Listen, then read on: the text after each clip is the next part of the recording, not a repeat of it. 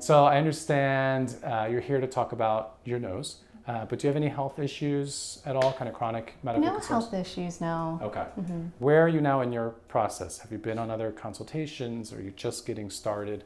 No, so this is my first consultation. You know, honestly, as I've gotten older, I've noticed that my nose just keeps getting bigger. Kind of blame my dad's side of the family. They just tend to have very big noses, and I just feel like it doesn't fit my size frame of my face. Okay. Any functional issues, any breathing problems in the nose at all? No, been okay, yeah. Okay. So I would love to kind of give you a mirror, and we can kind of look together. You take me on a little tour, because I always want to make sure that we're addressing what particularly bothers you, right? Like I may pick out something, or your friends may pick out something, and it may not exactly be what you're seeing. So let's kind of look together. Okay, all right? sounds good. So just kind of take me through kind of what you're seeing. We'll look together, okay? Yeah, so I feel like here, like as I get down towards like the tip of my nose, it just feels like it's fuller, like so this area here. So it's almost like I just wish it was like a little bit, if like lifted in a sense, or just like smaller as it gets down towards the bottom. Okay, that makes sense. Any traumas to the nose in the past? You've not had any previous surgery or anything? No, never. Okay, perfect. All right. So you have some really beautiful width here to your face. Great strong cheekbones. So I think overall, I mean, your nose, it's certainly like, this is not a cosmetic emergency. I think you could very easily live your life and it will affect you, none at all. But I think if you're trying to get a little bit more refinement, I think I see what you're talking about. You have a little bit of extra width here, and that kind of continues through with the bones. So the top third here, the part we can't move around, that's where the bones are. And in you, they're just a little bit wide, nothing crazy. But if you're gonna be doing anything to the tip down here and trying to get a little bit more refinement here, then it does make sense to kind of mirror that. And I wanna have the nose overall be in balance. We certainly don't wanna do one thing to one part of the nose and then it's now out of sync with the rest of your nose. And it's a little counterintuitive, but sometimes doing a little bit more to the nose makes it look in the end like you did less. Got it. Because we want things to kind of really work well together. Yeah. One of the things that's really critical is looking on the inside, right? So I care about how the nose looks on the outside, obviously, but as a head and neck surgeon, I'm trained in ENT, I care how the nose works. I want it to look good and also work well. So if it's okay with you, we'll just take a look on the inside, take a look at your septum, the turbinates, which help to control the pattern of airflow. I want to get an idea of what the inside of the nose looks like as well. Okay, sure. So just rest your head here for me. Okay. We're going to take a look. Okay, good.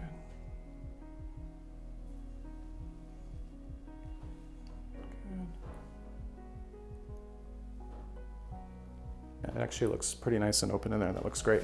I think you're kind of really spot on. Those are the changes that I think would look really pretty for you.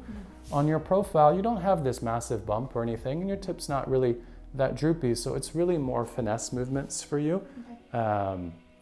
Trying to make the nose fit. You have very beautiful, delicate features. I want to let the nose kind of blend into that. Got it. Right? So I think perfectly straight for you may not look totally natural, but I also don't really like that scooped out kind of ski slope nose. But I think something in between can look really, really kind of beautiful. It's just a gentle feminine curve, which I think will suit you very, very nicely. I don't like the tip being up. I think that looks a little unnatural and surgical as well. Okay. So I think just supporting the tip so that in time it doesn't quite fall down, Got it. I think would be great. Okay. All right. So how do we do all that? The procedure is called a septorhinoplasty. So it involves a couple different things. So like I said, in the end, the thing I do not deviate on is that I want your result to look natural. For me, that's key. So whatever we're doing, we're always kind of considering, how is this going to heal? How is this going to evolve over time? And are we going to maintain a natural look? Okay. I also want you to look like yourself. So this is not something we're trying to change, your being. I don't really want you to walk out thinking, oh my God, like, who is this human being? I want you to look and feel like you. So there are some things that we can do with the operation to help make things a little bit more durable and a little bit more reliable. Okay. A traditional procedure involves basically trimming away some of the cartilage of the nose to get some refinement, and then using stitches to kind of pull the remaining cartilage together to create that shape that we want. And then when you kind of put the skin back down, there's some scar tissue that develops there, and that kind of glues the shape into place. It's a nice operation in that it's relatively quick. You can do several a day and be very successful, and a lot of patients can have a beautiful result. But you're relying on that scar tissue envelope to kind of keep things there. And the problem is scar tissue is not permanent, it's dynamic, and it changes over time. And if that scar tissue is what's kind of holding that shape in place, then there's potential over time for your shape to maybe change a little.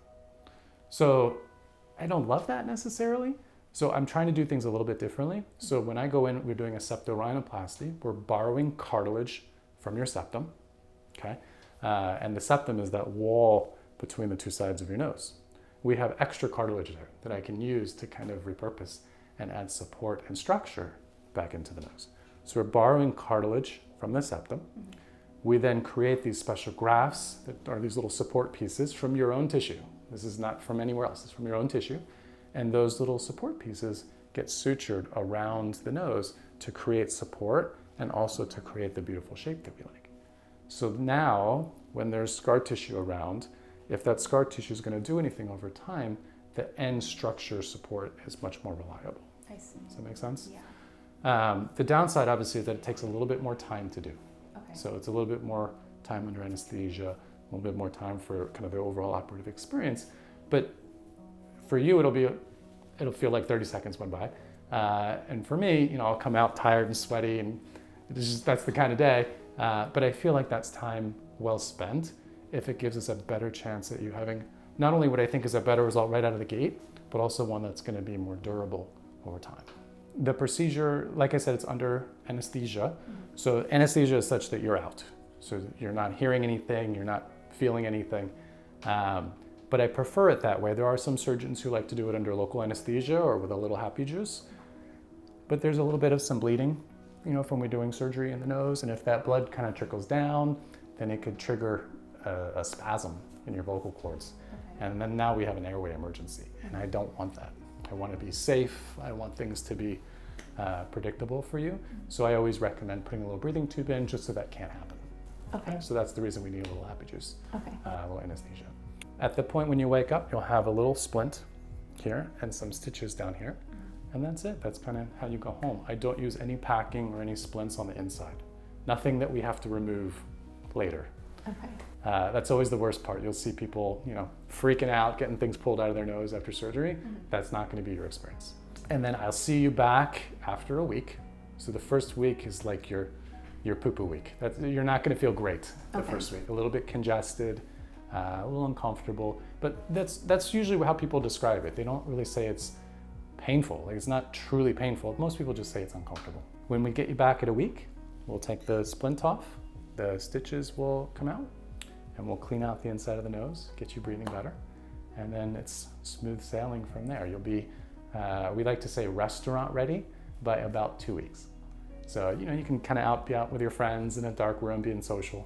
Most people around 2 weeks feel comfortable doing that. And then by 1 month, it should look like a nice normal nose. In terms of exercise, just give me about 3 weeks to kind of take it easy after surgery. If you wear glasses, I ask that you just hold off for about 4 weeks. Okay, so contacts are always an option. Or I can give you the splint back and you can wear that under your glasses for that first month. From there, it's just really normal living. Sun exposure is kind of the only thing that'll really increase swelling. So for the first several months to really a year out, I want you to be smart about the sun. So you can certainly go to the beach, live your life, but I want you to sunscreen, big hats, just being smart about sun exposure. Okay, but that's your healing period.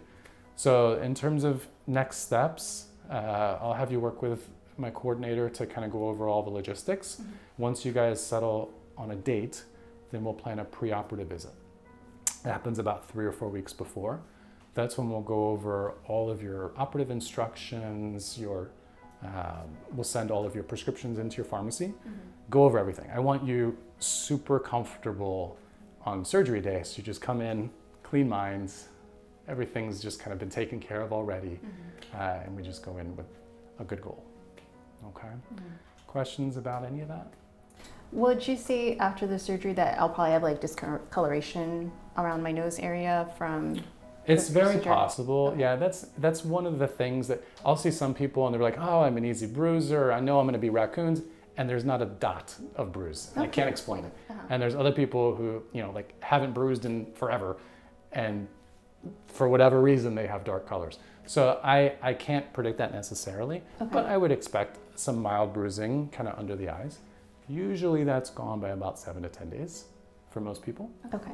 In terms of taking care of the incision, there's an antibiotic ointment that you'll be using over the stitches kind of before and after surgery. And then I give you an antibiotic by mouth, but you only need it for like a day. It's not a long course of antibiotics. And then certainly for pain, I want you to have something to take some of the edge off. But the pain meds can, you know, they can back up your stomach and cause other issues. So the sooner we can get to Tylenol, the better. That's really it.